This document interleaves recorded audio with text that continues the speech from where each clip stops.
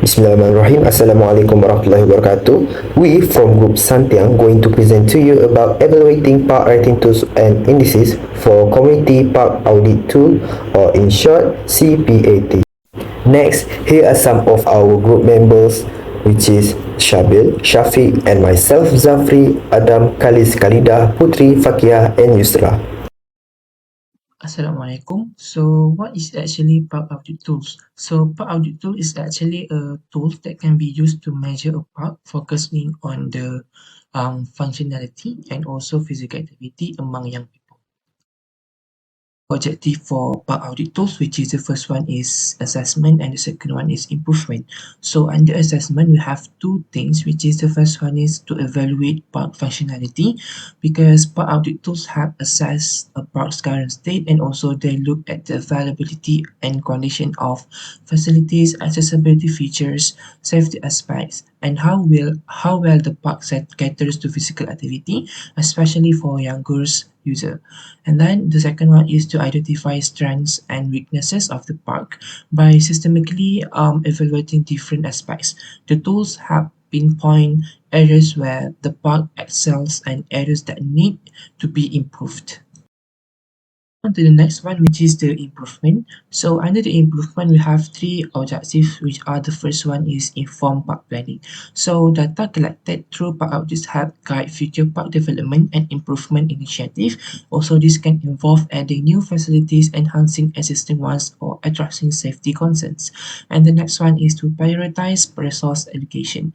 Park audits can help decision makers prioritize resource allocation for park maintenance, upgrades, and new projects based on identified needs. And the last one is advocate for change. The community involvement often plays a role in a park audits. The data can be used by residents to advocate for improvements that better serve their needs.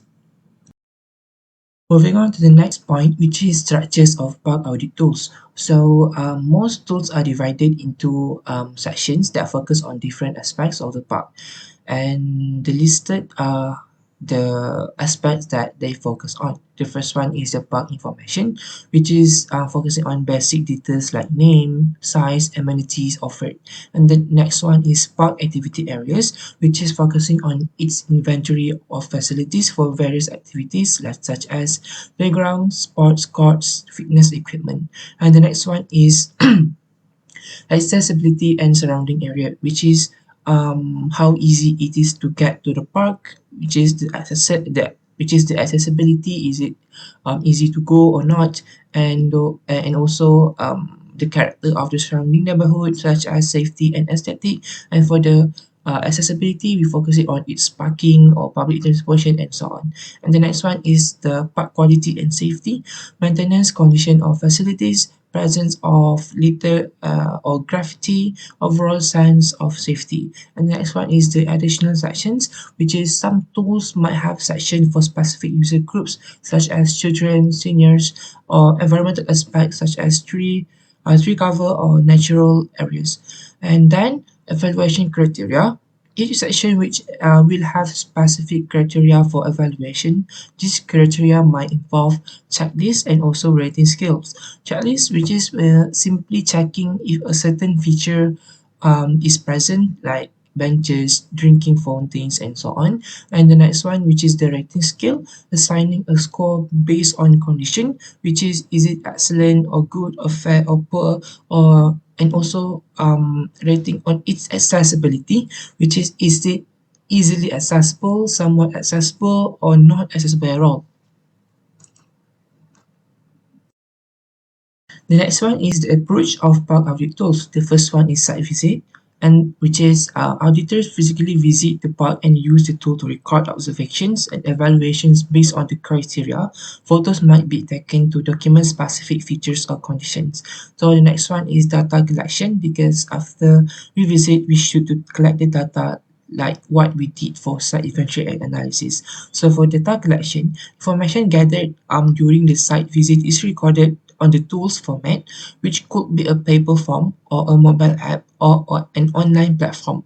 And the next one is data analysis. When data from multiple parks is collected, it can be analyzed to identify trends, compare parks within a system, and prioritize improvement needs. And the last one is we report, which is reporting. The findings from the audit are typically compiled into a report that summarizes the park's strengths and weaknesses and offers recommendations for improvement.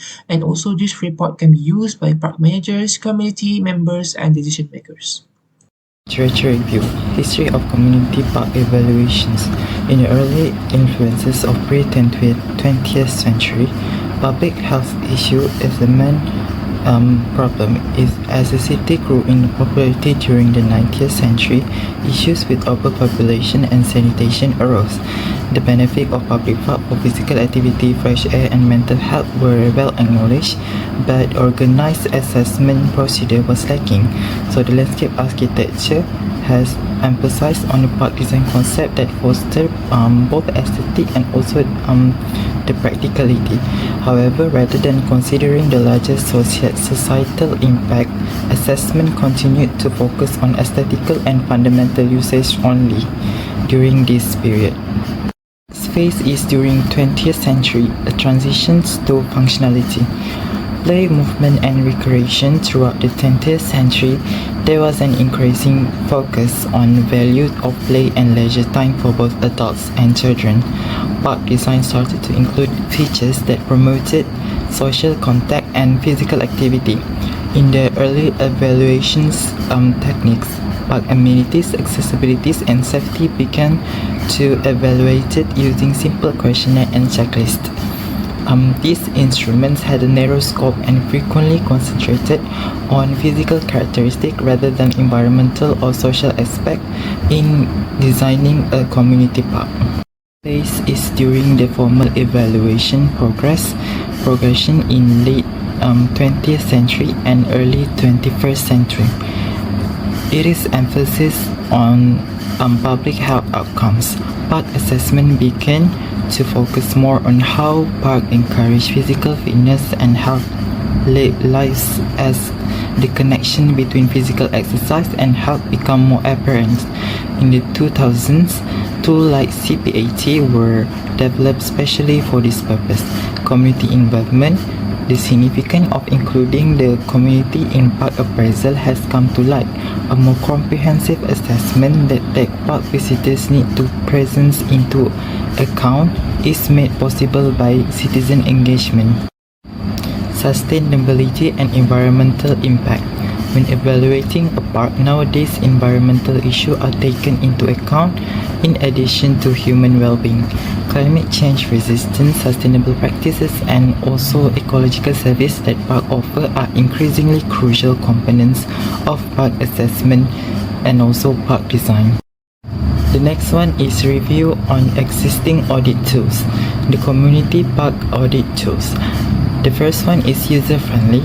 The CPAT is meant to be easily utilized by a broad segment of the community. The tool avoids using a technical jargons or usage of words and makes use of simple checklists and instructions. The second one is reliable. The CPAT has been tested to make sure that various users apply it consistently.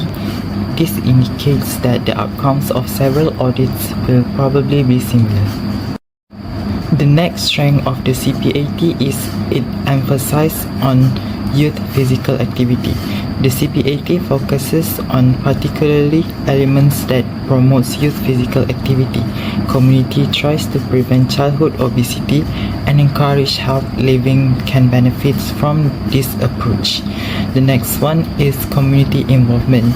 The CPAT is a helpful tool for getting the public involvement in assessment of parks. The auditing procedure has the potential to increase public knowledge of park quality and promote community participation in park development projects. The weakness of these tools is the first one is limited scope. The CPAT may not be adequately capture other significant elements of park quality, such as aesthetic, places for passive leisure, or places for social interactions. Its primary focus is on physical activity only. Potential bias. The CPAT depends on subjective judgments because it is meant to be user-friendly. Due to the examiner's own opinions and experiences, bias may be introduced. The next one is data analysis. There isn't a lot of advice on data analysis provided by the CPAT. For Commuity to convert the audit's raw data into insights that can be put to use, they might require more resources or training. The next one is theoretical frameworks. Play theory. The significance of play for kids' social, mental, and physical development is emphasized by this theory. Play theory-based PARC audits would evaluate elements that promote experimentations, daring, and creative play for the children. The next one is universal design. Create environments that are usable and accessible for the all people regardless of their age, ability, or financial status. In order to guarantee inclusions, PARC audits grounded in universal design principle would evaluate elements such as ramps, accessible playgrounds, and unambiguous sign for all of the people to understand. The next one is the health communities movement. Advocates for the development of surroundings that facilitate the adoption of healthy lifestyle. PARC audits would assess community integration with walkable neighborhoods, chances for social contact, and also accessibility to safe areas for physical exercises. For the next one is sustainability.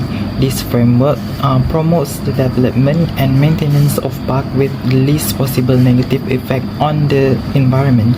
Sustainability-based PARC audits will evaluate elements such as energy efficient and energy efficient infrastructure, native plant landscaping, and also water-saving techniques in designing the parks. The last one is social equity. This concept places a strong emphasis on how crucial it is to make parks serve as a variety of community needs. Social equity informed parks audit would take into account elements like park closeness to the unprivileged area, its programming diversity of culture offerings, and its linguistic accessibility. Moving on to the best practices that a PARC audit tool could have. The first one is user-friendly. The tool should be simple to use and comprehend with the little complicated terminology, clear checklists, and instructions. The next one is clearly stated goal and target audience. The tool should be made with the requirement of users, park workers, residents, and etc. in mind and with a particular goal in mind, such as boosting physical activities and enhancing accessibility.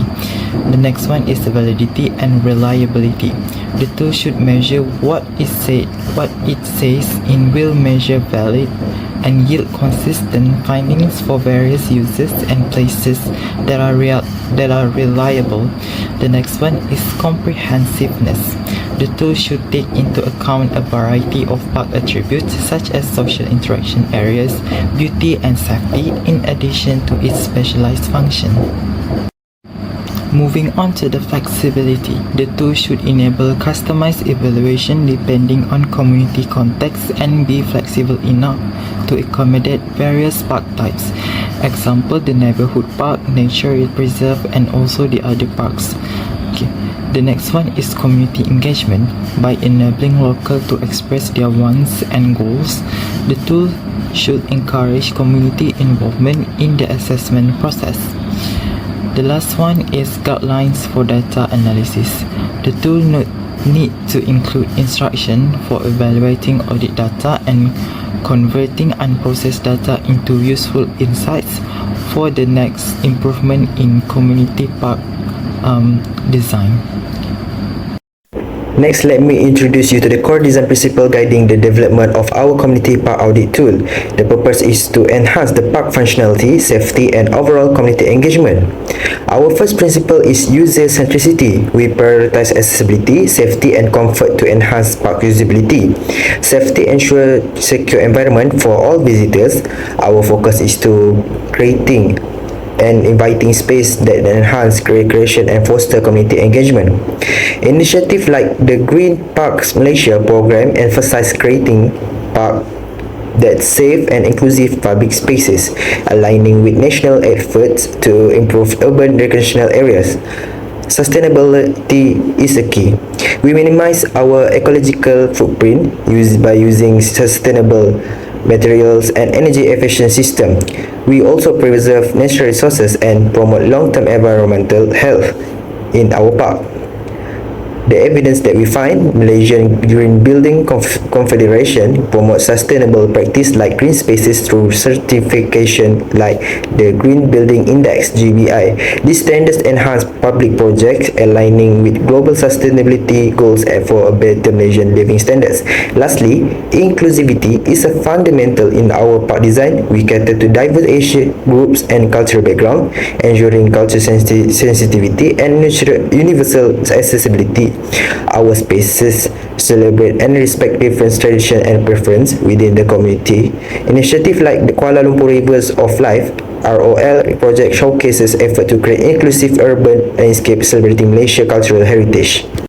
Next, for the criteria and indicators, the goal is to systematically evaluate and improve the quality and usability of community parks. First, we look at the cleanliness. This includes checking the presence of litter, the condition and the availability of trash bin, and the overall cleanliness of pathway and common areas. It is crucial for ensuring their usability and attractiveness. In Malaysia, we also face the littering challenge in park. Clear indicators and well-maintained trash bins can support cleanliness standard in public spaces. Accessibility is another key criteria.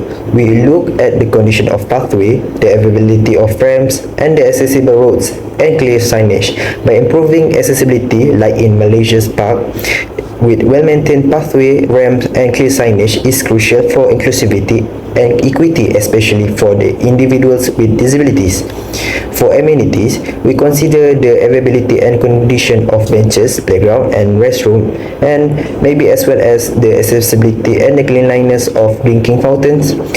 By assessing benches, playground, and restroom, and also drinking fountains, like in Malaysia, parks is crucial to meet diverse user needs, enhancing overall park experience and promoting public health goals. Next, we assess safety. Key indicators include adequate lighting, good visibility and clear sight line, and also the presence of security features. Safeties is crucial, like in Malaysia Park, for enhancing safety for visitors, particularly during evening hours for safe recreational spaces. Next, scoring and rating system. The purpose is to quantify and standardize the assessment of park features, ensuring consistent and objective evaluation. First, Likert scale. This method employs a rating scale typically ranging from 1 to 5. It allows us to get certification level or quality perception among park users. For example, we might rate cleanliness from 1 poor to 5 excellent based on the criteria outlined in our assessment tool. Next, checklist. This is a straightforward binary scoring system that assesses the presence or absence of specific park features or amenities. It helps us to ensure the essential amenities like sufficient trash bin or accessible restroom are consistently available across our park. Lastly, weighted score. In this approach, we assign different weight to criteria based on their relative importance. For instance, safety might account for 40% of the total score, cleanliness 30%, amenities 20%, and accessibility 10%. This ensures that critical aspects of park functionality receive appropriate attention in our evaluation. Moving on to data collection methods, we employ a combination of surveys, on-site observation, and community feedback to gather comprehensive data for our assessment. This multifaceted approach allows us to capture both quantitative metrics and qualitative insight, ensuring a holistic understanding of park conditions. By implementing scoring and rating system for the community park audit tool in Malaysia can improve park management, enhance community engagement, support sustainability goals, foster innovation and also maintains vibrant, inclusive public spaces for all Malaysians and in the future.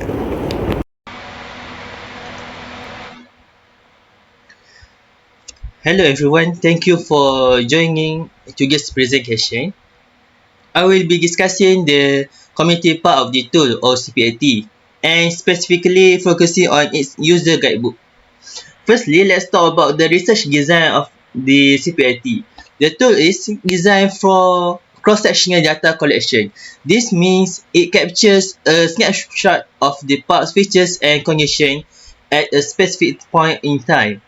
The primary purpose of the CPAT is to enable diverse community stakeholders to access local parks. The focus is on evaluating potential of these parks to promote physical activity, particularly among youth.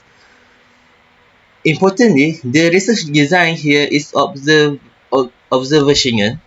This means that the data collected through the CPAT is based on direct observation of the park's features and conditions rather than any experimental manipulations.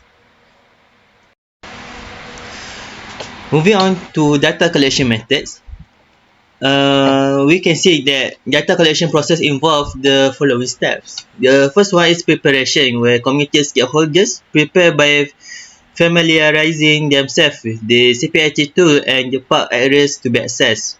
And then observation. During the assessment, stakeholders visit the park and observe various features such as playground equipment, walking path, and sport facilities.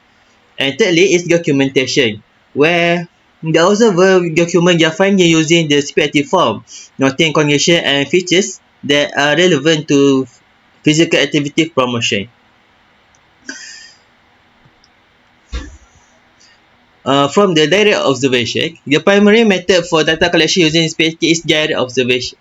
It is designed to guide user through a systematic observation process, ensuring the comprehensive assessment of all relevant aspects of the park.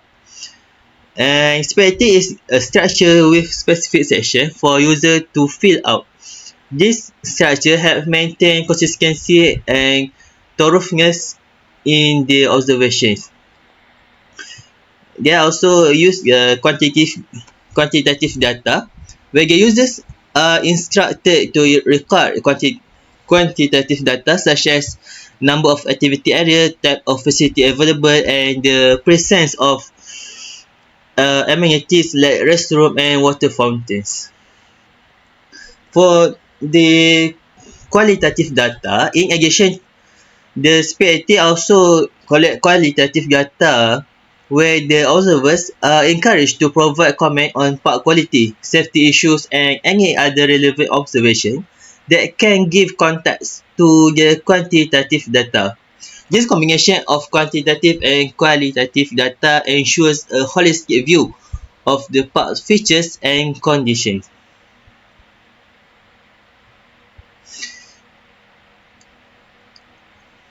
And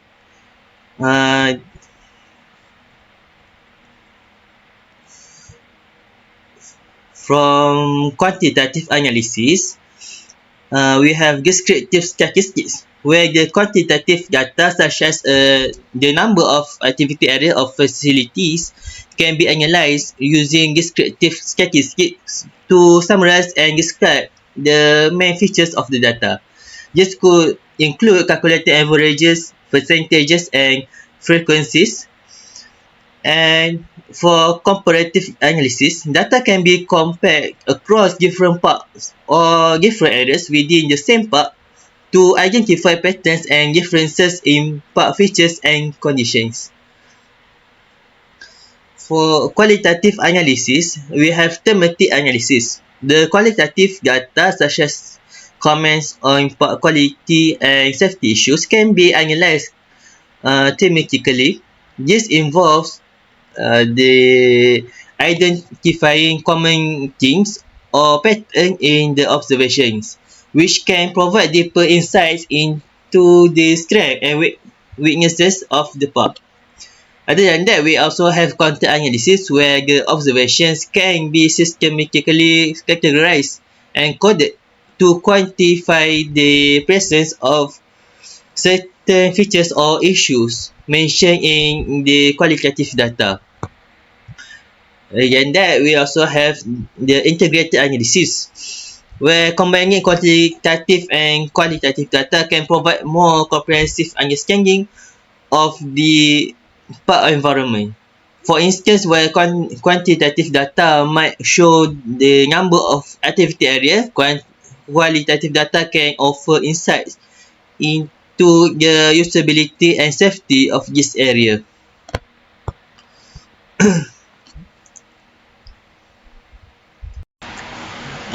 The CPT user offers several methods for data analysis. Descriptive statistics summarize quantitative data by calculating frequencies, means and medians and modes. For qualitative data like comments and observation, content analysis is used to identify themes, patterns and trends. And comparative analysis is used to compare different park features and facility quality and overall environment. While the Geographic Information System (GIS) can map park features and analyze spatial relationships. Statistical testing such as chi-square test or t-test can determine differences between parts and association between features and physical activity levels. Users must create their own analysis plan based on research objective and collected data. And that's all for methodology.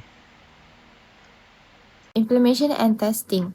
Implementation and testing a community park audit tool involves several steps to ensure it is effective, user-friendly, and provide actionable insight.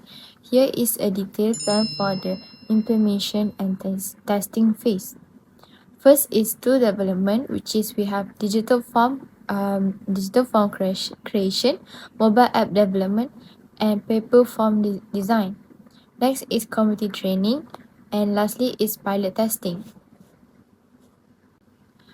A testing phase, we have comprehension testing, data collection and analysis, feedback loop, reporting and action plan, community engagement and follow-up.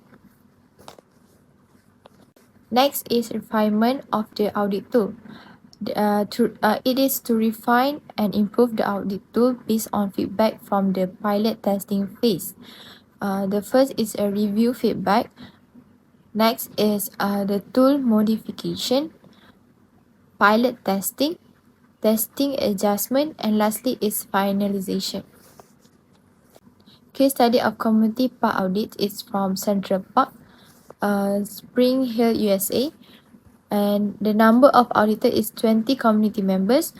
Tool they use is digital audit tool, which is Google Form, paper form for backup, and smartphone for geotagging and photo uploads.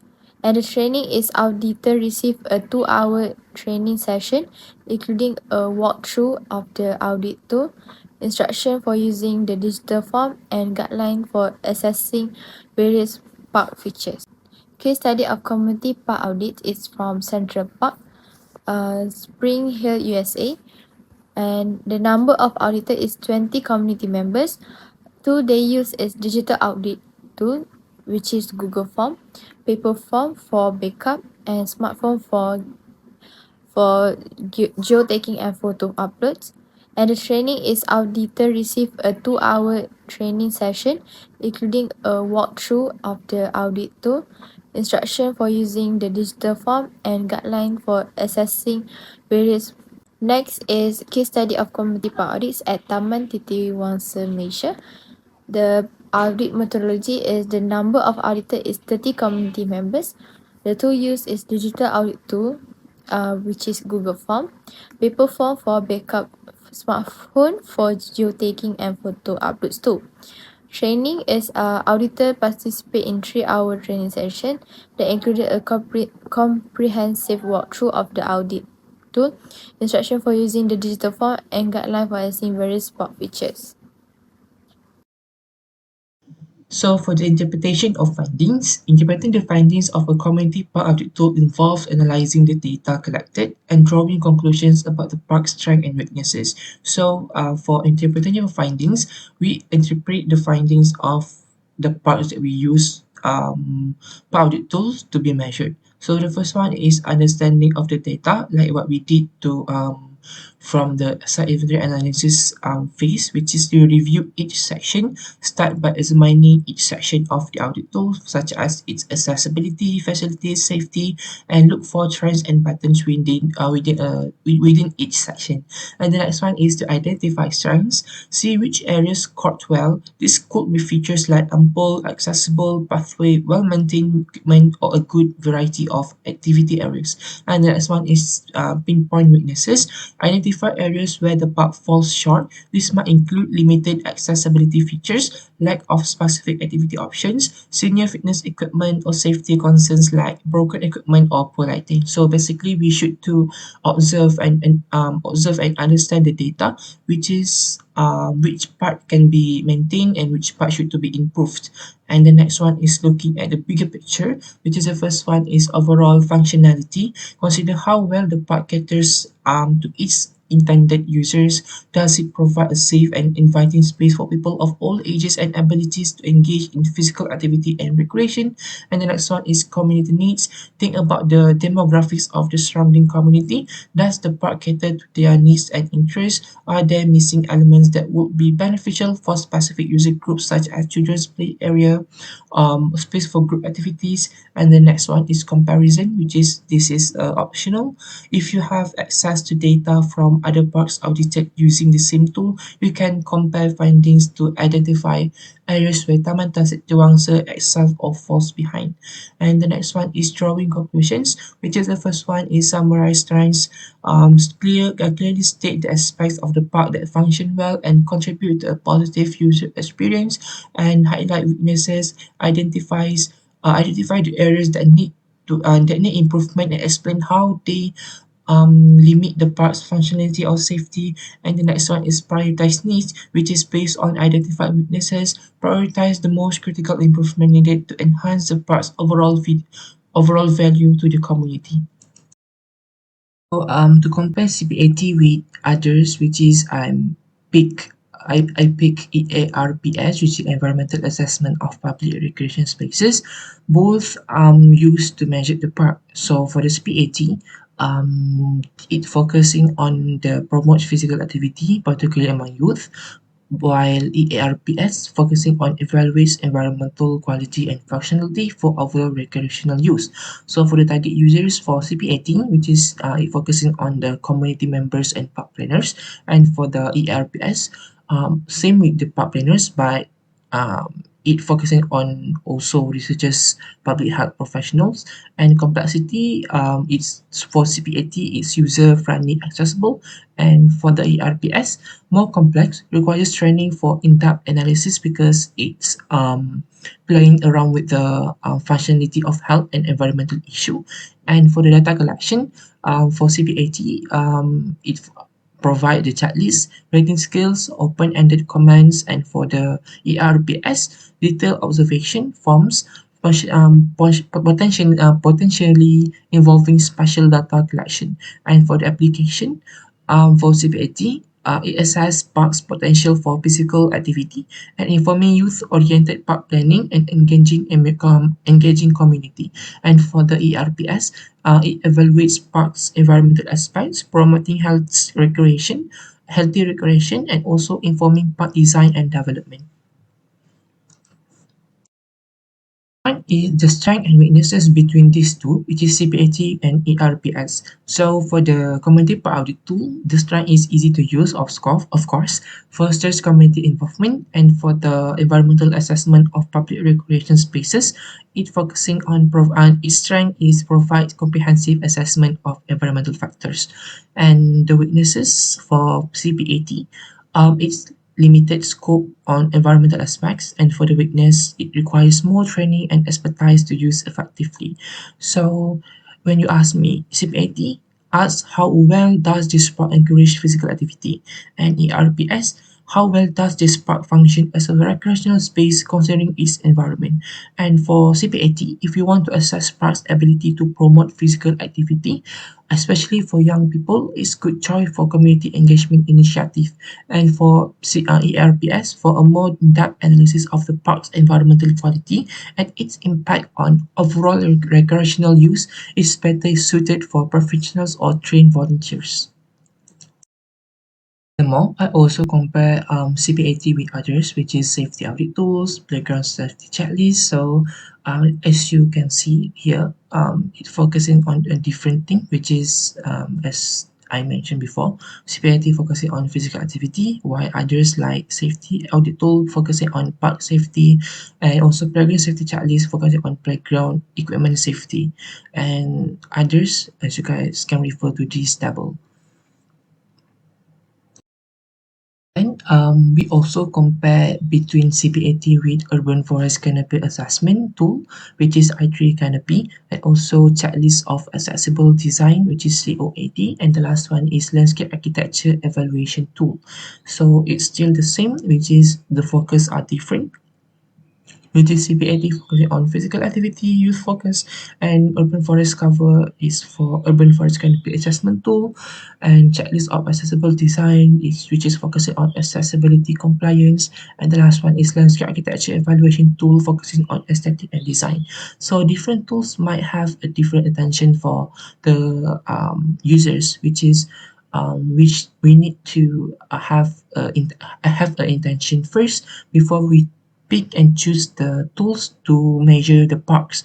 If we want to measure the physical activity, we use CPAT. When we want to measure the urban forest cover at the urban area, so we need to use urban forest canopy assessment tool. And if we want to measure the accessibility of the park, maybe we can use checklist of accessible design or others. And um, if you want to measure the aesthetic and design, so we can use landscape architecture evaluation tool, because CPAT not focusing on aesthetic and design and not focusing on urban forest cover. We move on to the next subtopic, which is practical application. It is a step-by-step guide to conducting an audit.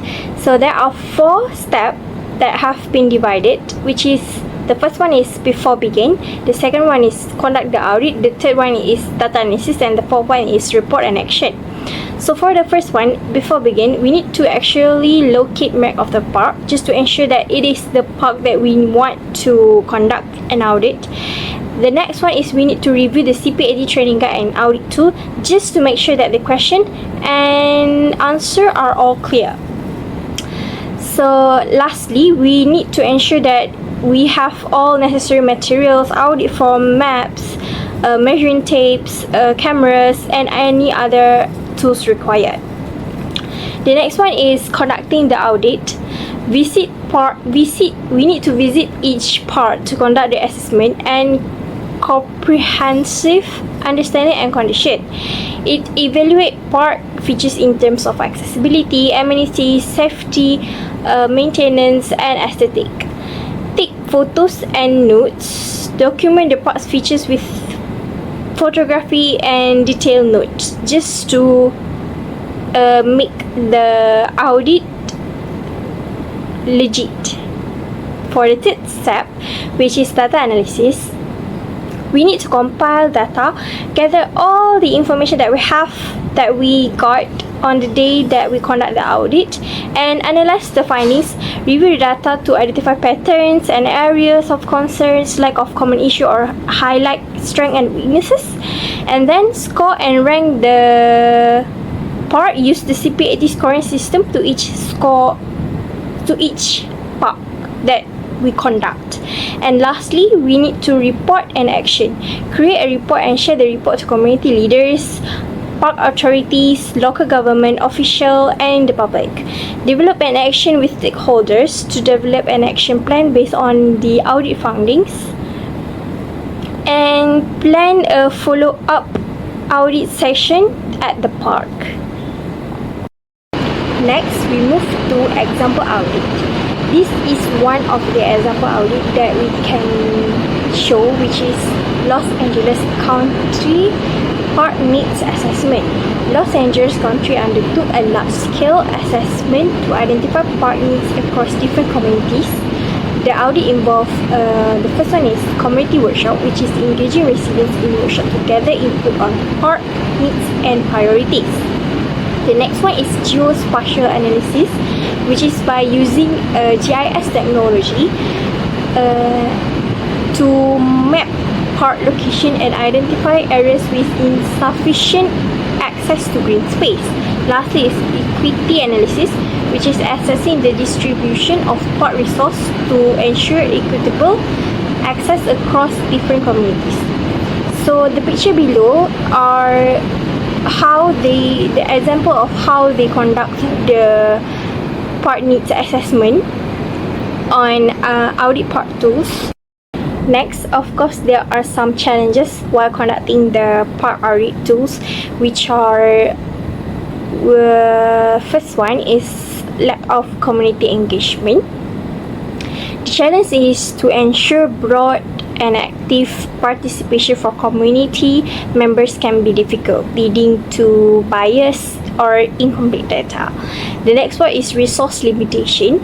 The limit resource, which are time, money, personnel, can hinder the trueness of the audits. The next one is data collection consistency.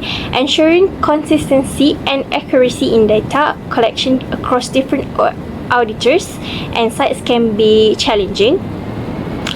Next one is weather and seasonal variation. Weather condition and seasonal change can affect the park usage condition, potentially skewing the audit results. The next one is safety concerns, which are auditors may face safety concern, especially in parks located in high crime areas. The next one is bias and subjectivity. What are the challenge by bias and subjectivity are personal bias and subjectivity. Opinions of auditors can affect the objectivity the audit results. The next one is technical difficulties. Technical issues such as malfunction equipment or data recording errors can impact the audit process.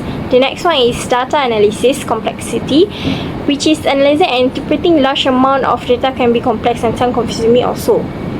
Lastly is implementing recommendation. Transferring audit findings into actionable improvements can be difficult due to bureaucratic hurdles or lack of funding. So we move to the next presenter. My name is Nur Fakiha. So for the next subtopic is how to enhance community engagement. Enhancing community engagement includes actively involving diverse members through effective communication, inclusive participation, and building strong relationships. So how to increase community engagement? As we know, increasing and maintaining membership is one of the most important aspects of building any kind of community. This is because engagement directly impacts the overall success of the community. Here are 7 of the most effective strategies you can use to achieve higher levels of engagement. First, use a platform that allows for participation, such as use an online platform that members can easily access. The platform should be easily accessible from all devices, easy to navigate, and store all important information in one place. The second one is embrace interaction. Make sure that your online community platform allows for convenient networking, messaging, and interactivity. The third one is user-generated content. This refers to any content that is shared on your platform such as image, video, or general posts by members of the community. This is fantastic aspect of building a community as it encourages natural engagement between community members and attracts new members. The fourth one is share valuable content. One of the best ways to provide value to your members is to regularly share valuable content and ask for a feedback. The fifth one, welcoming new members. By making new members feel welcome from the start will help you increase engagement. The sixth one is be responsive. This can be achieved by ensuring that any questions are answered within a reasonable time frame. The last one is refine your community. In case you have a broad community, you can refining your community entails offering subgroups within them. This effectively helps the members to find more relevant places to connect. Collecting community feedback is essential for understanding the needs and preference of your audience.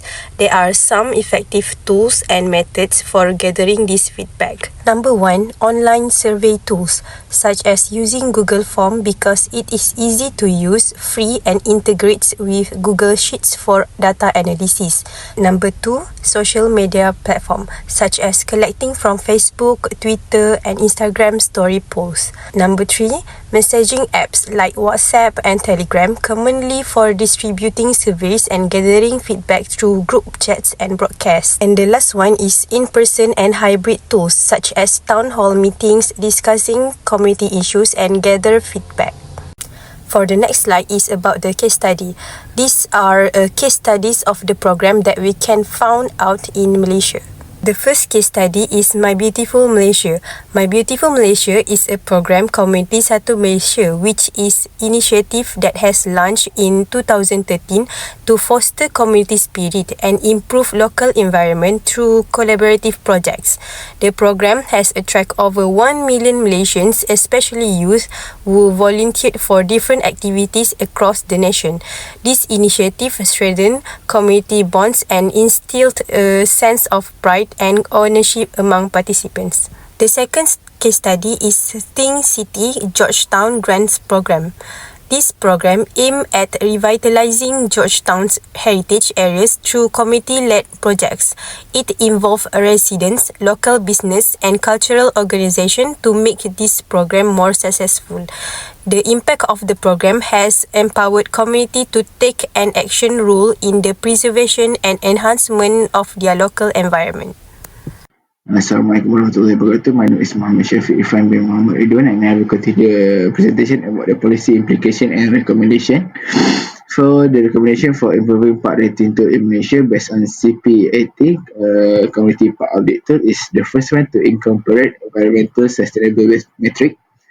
Integrate metric that specifically measure the sustainability and ecological impact of parks such as carbon footprint, biodiversity index and water management practice.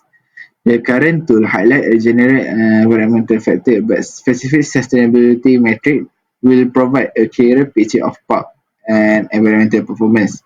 The justification is to adding a specific metric for sustainability to ensure that the park are not only for recreational space, but also to contribute to positively the environment.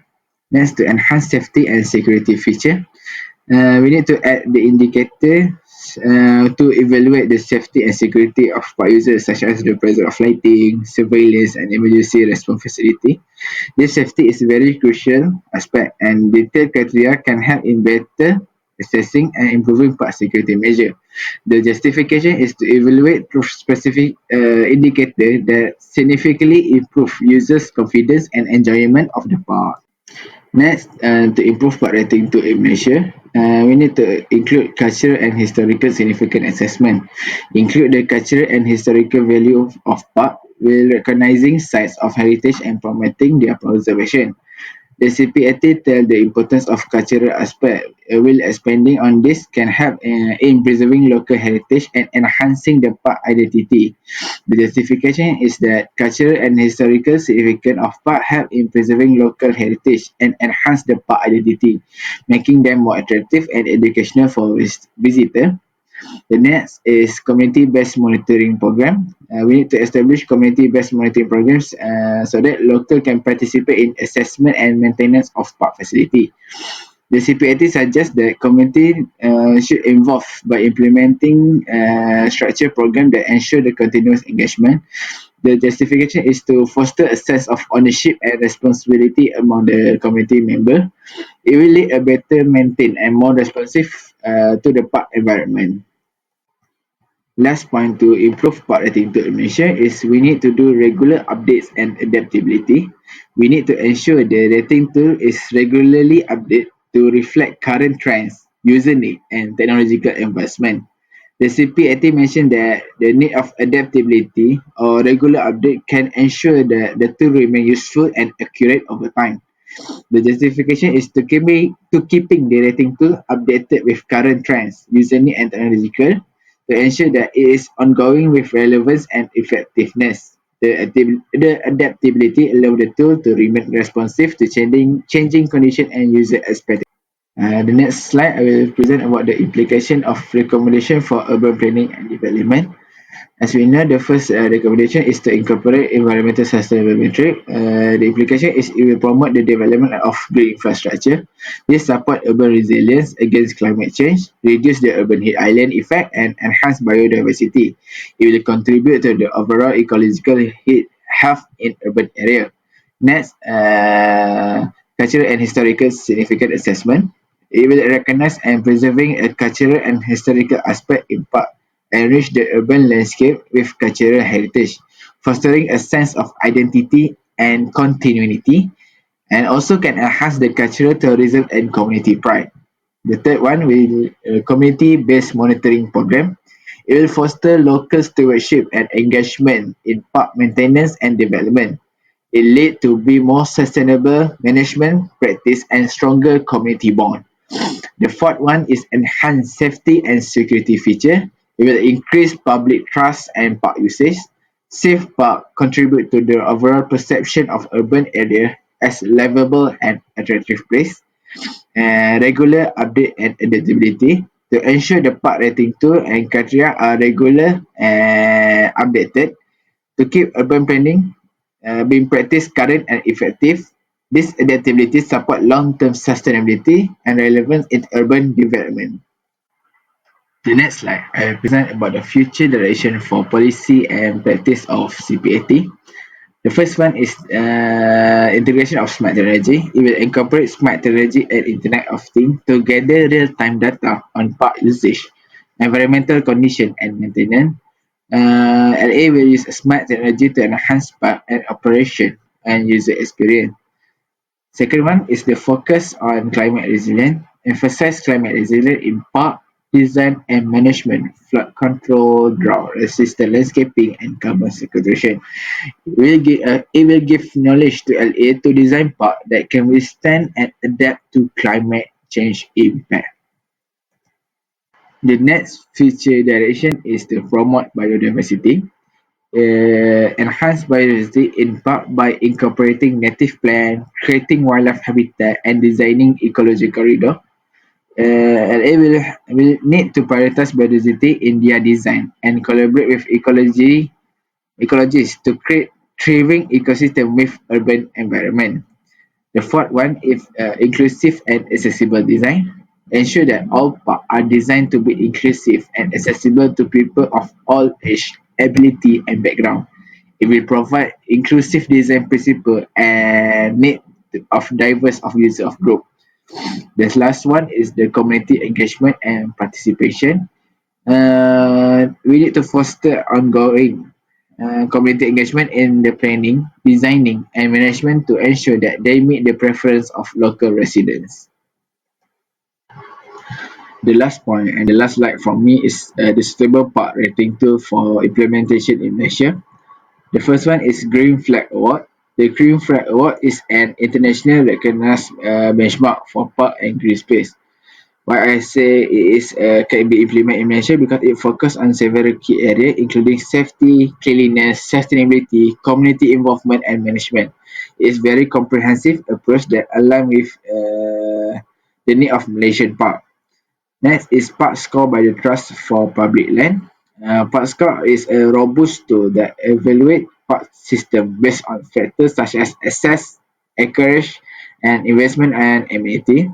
It uses a data-driven approach to provide a clear picture of how well park systems serve their community, highlighting areas for improvement. Lastly, LEED, the Leadership in Energy and Environmental Design for Neighborhood Development. LEED for neighborhood development focus on sustainability and environmental performance, assessing park based on criteria like site selection, design and construction practice. It promotes green building principle and encourage sustainable land use.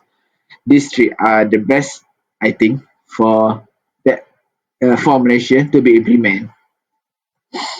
As for future direction, we have three aspects we want to propose, which is technology advancement.